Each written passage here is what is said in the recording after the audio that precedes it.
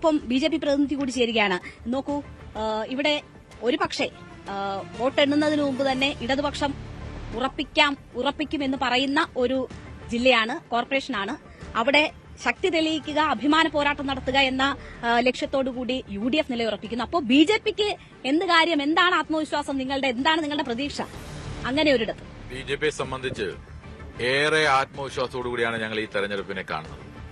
100% കൊല്ലം corporation ഞങ്ങൾക്ക് ഭരിക്കാൻ കഴിയുമെന്ന് പറഞ്ഞാൽ ഞങ്ങൾ മുന്നോട്ട് വയ്ക്കുന്നത് വികസനമാണ്. വികസിത കേരളവും വികസിത കൊല്ലവുമാണ് BJP മുന്നോട്ട് വയ്ക്കാൻ ആഗ്രഹിക്കുന്നത്. കൊല്ലത്തെ സംബന്ധിച്ച് ഇവിടെ പറഞ്ഞു, തുടർച്ചയായി 30 വർഷക്കാലം ഇടതുപക്ഷ ജനാധിപത്യ മുന്നണിയുടെ ഭരണസമിതി ഉണ്ടായിരുന്ന ഭരണസമിതി, ആ ഭരണസമിതിയെ സംബന്ധിച്ച് കൊല്ലത്തിന്റെ ഒരു സമഗ്രമായ വികസനം എന്നുള്ളത് ഇപ്പോഴും സ്വപ്നമായി അവശേഷിക്കുന്നു. നമ്മെ സംബന്ധിച്ചറിയാം, 25 വർഷമായി. ഇപ്പൊ 25 വർഷങ്ങൾക്ക് മുമ്പ് ഒരു കുഞ്ഞ് ജനിച്ച കുഞ്ഞിനെ സംബന്ധിച്ച് ഇന്ന് ആ കുഞ്ഞ് വിവാഹം കഴിഞ്ഞാൽ അടുത്ത കുഞ്ഞ് ജനിക്കേണ്ട സമയമായിട്ടും ഇപ്പോഴും കൊല്ലം കോർപ്പറേഷൻ മുട്ടിലിഴയുന്ന നിലയിലേക്കാണ് പോകുന്നത്. ഒന്ന് നോക്കുന്ന സമയത്ത് പ്രാഥമിക സൌകര്യങ്ങൾ ഒരുക്കുന്നതിൽ പോലും കൊല്ലം ടൌണിനെ സംബന്ധിച്ച് നമ്മൾ നോക്കുന്ന സമയത്ത് ഒരു പബ്ലിക്കിന്റെ ഒരു കംഫർട്ട് സ്റ്റേഷൻ, ഒരു മര്യാദയ്ക്ക് പറഞ്ഞാൽ ആ നിലവാരത്തിൽ പോലും പോകാനായിട്ട് കൊല്ലം കോർപ്പറേഷന് കഴിഞ്ഞിട്ടില്ല. മാലിന്യ കൂമ്പാരങ്ങളാണ്, കത്താത്ത തെരുവുവിളക്കുകളാണ്, തെരുവുനായുടെ ശല്യം രൂക്ഷമാണ്, അംഗീകൃതമായിട്ടുള്ള അറവുശാലകൾ പ്രവർത്തിക്കുന്നില്ല. എന്നിട്ട് പറയുന്നു കൊല്ലം ടൌണിൽ വന്നാൽ ഒരു വാഹനത്തിന് പാർക്ക് ചെയ്യണമെങ്കിൽ ഒരു പാർക്കിംഗ് സൌകര്യങ്ങളില്ല. കൊല്ലത്ത് അപ്രായോഗികമായിട്ടുള്ള ഒരു പാലം, ചിന്നക്കടയുടെ ഒരു പെരുമ നഷ്ടപ്പെടുത്തുന്ന ഒരു പാലം 2014 രൂപീകരിച്ചു. 2009 മുതൽ 6 വർഷക്കാലം എടുത്തു ആ പാലം പണിയുന്നത്. ഒരു മതില് പണിഞ്ഞു വെച്ചു കൊല്ലത്ത്. അതോടുകൂടി തന്നെ ചിന്നക്കടയുടെ പ്രസക്തി നഷ്ടപ്പെട്ടു. അങ്ങനെ വികസനത്തിന്റെ കാര്യത്തിൽ മുട്ടിലിഴയുന്ന പക്ഷേ ഒരു പാലത്തിന്റെ സ്പേസ് എങ്ങനെ ഫലപ്രദമായി ഉപയോഗിക്കാം എന്നതിന്റെ എക്സാമ്പിൾ ആയിട്ട് ബി പാർക്ക് അവിടെ തന്നെ ഉണ്ട്.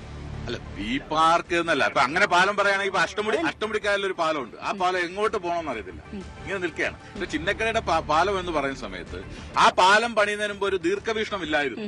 ഈ പാലം പൂർത്തീകരിക്കുമ്പോൾ ചിന്നക്കടയുടെ വികസനം എങ്ങനെയായിരിക്കും? ആ പാലം വരുന്നതിന് മുമ്പ് ചിന്നക്കടയുടെ വികസനം എന്തായാലും നമുക്ക് എല്ലാവർക്കും അറിയാം. ചിന്നക്കട എന്ന് പറയുന്നത് ജനസാന്ദ്രമായ പ്രദേശമാണ്. വഴിയോര കച്ചവടക്കാരടക്കം നിരന്തരം വന്നു പോകുന്ന ഏറ്റവും പ്രധാനപ്പെട്ട കൊല്ലം ജില്ലയുടെ ഹെഡ്ക്വാർട്ടേഴ്സ് ആണ് കൊല്ലം ചിന്നക്കട. ആ ഒരു പ്രസക്തി പോയി.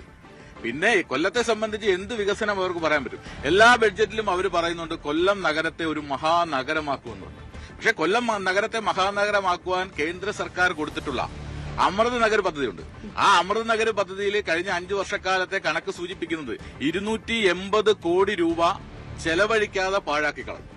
അപ്പൊ കൊല്ലത്തിനൊരു വികസനം കേന്ദ്ര സർക്കാർ 100 നഗരങ്ങൾ ഒന്നായി കൊല്ലത്തെ തെരഞ്ഞെടുത്തു. പക്ഷെ അത് ഫലപ്രദമായി ഉപയോഗിക്കുന്ന കാര്യത്തിൽ ഭരണസമിതി അമ്പെ പരാജയപ്പെട്ടു എന്നുള്ളതാണ് നമുക്ക് മനസ്സിലാക്കുന്നത്. അപ്പോൾ അടിസ്ഥാന സൌകര്യ വികസനത്തിലെ പ്രശ്നങ്ങൾ തന്നെയാണ് ഏറ്റവും വലിയ പ്രശ്നം. അത് ഉയർത്തിക്കാട്ടും BJP എന്നതാണ് സൂചിപ്പിക്കുന്നത്. ഇവിടെ ഇപ്പോൾ നമുക്കൊപ്പം ചിന്ത കൂടി ചേരുകയാണ്. ചിന്ത, കിട്ടിയ ഫണ്ട് ഉപയോഗപ്പെടുത്തിയില്ല എന്നതാണ് ഒരു പ്രധാനപ്പെട്ട ആരോപണമായിട്ട് പറയുന്നത്. നിങ്ങൾ ഒന്നും ചെയ്തില്ല, ഒരു തലമുറയുടെ കാലം അത്രയും നിങ്ങൾ വേസ്റ്റാക്കി, അതായത് 25-30 കൊല്ലം നിങ്ങൾ വേസ്റ്റാക്കി എന്നാണ് പറയുന്നത്. കേൾക്കുമ്പോൾ ഇവരൊക്കെ കൊല്ലത്ത് തന്നെയാണോ ജീവിക്കുന്നതെന്ന് എനിക്ക് സംശയമുണ്ട്. കാരണം കൊല്ലം നേരിട്ട് വന്നൊന്ന് കണ്ടിട്ടുണ്ടെങ്കിൽ ഒരിക്കലും ഇങ്ങനൊരു അഭിപ്രായം പറയില്ല. ഇപ്പൊ കൊല്ലത്തെ വികസനം എന്ന് പറഞ്ഞാൽ 30 വർഷക്കാലമായി LDF ആണ്, മുനിസിപ്പാലിറ്റി ആയിരുന്നു, പിന്നീട് കോർപ്പറേഷൻ ആകുന്ന സമയത്ത് ഇവിടെ ആർക്കും ബോധ്യപ്പെടുന്ന തരത്തിലുള്ള മാറ്റം ഇവിടെ ഉണ്ടായിട്ടുണ്ട്. ഇപ്പൊ രേണുക തന്നെ തുടക്കത്തിൽ സൂചിപ്പിച്ച വി പാർക്ക് ഒരു കൃത്യമായ ഉദാഹരണമാണ്.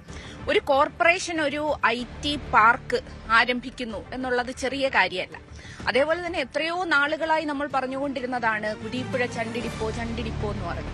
പക്ഷേ ഇപ്പൊ നമുക്ക് അവിടെ കാണാൻ കഴിയുന്നത് അത് പൂർണ്ണമായും ബയോമൈനിങ്ങിലൂടെ അവിടെ ഉണ്ടായിരുന്ന വേസ്റ്റ് എല്ലാം മാറ്റി നീക്കം ചെയ്ത് സുന്ദരമായ പ്രദേശമായി, പൂന്തോട്ടമായി അവിടെ IT പാർക്ക് തുടങ്ങാൻ പോകുന്നു. വേണമെങ്കിൽ ഒരു പഞ്ചനക്ഷത്ര ഹോട്ടൽ ഉൾപ്പെടെ തുടങ്ങാൻ പറ്റുന്ന, ടൂറിസത്തിന്റെ എല്ലാം വികസനത്തിന്റെ ഭാഗമായി തുടങ്ങാൻ പറ്റുന്ന മനോഹരമായ സ്ഥലമായി അത് മാറി എന്നുള്ളതാണ്. പണ്ട് വേസ്റ്റ് നിക്ഷേപിച്ചിരുന്ന സ്ഥലമാണ്. പിന്നീട് കൊല്ലത്തിന്റെ ഇപ്പൊ ചെറുപ്പക്കാർക്ക് തൊഴിലവസരം കൊടുക്കുന്ന കാര്യമായാൽ ആ സ്കിൽ ടെക്, ദീപങ്ങൾ ഉൾപ്പെടെയുള്ള പദ്ധതി 10 രൂപയ്ക്ക് ഇവിടെ പ്രഭാത ഭക്ഷണം കോർപ്പറേഷന്റെ വകയായിട്ട് കൊടുക്കുകയാണ്.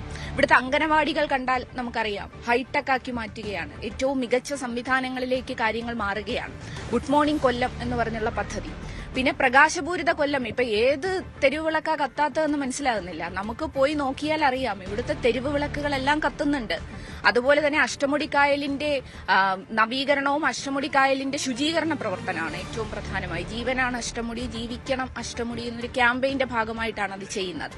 അപ്പൊ കൊല്ലത്ത് ഇനിയിപ്പോൾ ബജറ്റിൽ മാറ്റിവെച്ചിരിക്കുന്ന തുക സംസ്ഥാന ഗവൺമെന്റ് കൊല്ലത്തെ പ്രത്യേകമായി കണ്ടുകൊണ്ട് ഇപ്പം നമ്മൾ നിന്ന് സംസാരിക്കുന്ന ബീച്ചിൽ ഉൾപ്പെടെ ബീച്ചിന്റെ പ്രവർത്തനങ്ങൾ, ബീച്ചിൽ വരുന്ന ജനങ്ങൾക്ക് ആവശ്യമായ സൗകര്യങ്ങൾ ഒരുക്കുന്നത് ഉൾപ്പെടെയുള്ള കാര്യങ്ങൾ, ഇവിടെ തിരുമുല്ലവാരത്ത് വരാൻ പോകുന്ന ഓഷൻ ഏറിയം, അങ്ങനെ SN ഓപ്പൺ യൂണിവേഴ്സിറ്റി കൊല്ലത്ത് ആരംഭിച്ചു. അത് ശ്രീനാരായണ ഗുരുദേവന്റെ പ്രധാന ശിഷ്യരിൽ ഒരാളായിട്ടുള്ള കുമാരനാശാൻ ഉൾപ്പെടെ ഷെയർ ഉണ്ടായിരുന്ന കമ്പനി അത് വാങ്ങിയിട്ടാണ്. അപ്പൊ അവിടേക്ക് വരാൻ പോകുന്ന മേൽപ്പാലം. അപ്പം അങ്ങനെ ശ്രീനാരായണ ഗുരു സാംസ്കാരിക നിലയം ഈ കൊല്ലം നഗരത്തിനകത്ത് വരികയാണ്. അപ്പോൾ ഒരു കൊല്ലം കോർപ്പറേഷൻ 25 വർഷങ്ങൾ കൊണ്ട് നടത്തിയിട്ടുള്ള വികസനം എല്ലാവർക്കും നേരിട്ട് കണ്ട് മനസ്സിലാക്കാൻ പറ്റും. ഇതുപോലെ ചിന്ത ഇപ്പൊ ഈ പറഞ്ഞതുപോലെ ചൂണ്ടിക്കാട്ടാൻ ഉണ്ടാകും കാര്യങ്ങൾ. 25 വർഷമായി ഭരിക്കുന്നവരെ സംബന്ധിച്ച് ചൂണ്ടിക്കാട്ടാൻ ചില കാര്യങ്ങൾ ഉണ്ടാകും. പക്ഷേ അത് മതിയായോ, അതാണോ പര്യാപ്തം എന്നതാണ് ഇവിടെ വരുന്ന ചോദ്യം. മാത്രവുമല്ല 25 വർഷം തുടർച്ചയായി ഭരണമെന്ന് പറയുമ്പോൾ അതിനെതിരായ ഒരു വികാരം എന്നത് സ്വാഭാവികമാണല്ലോ.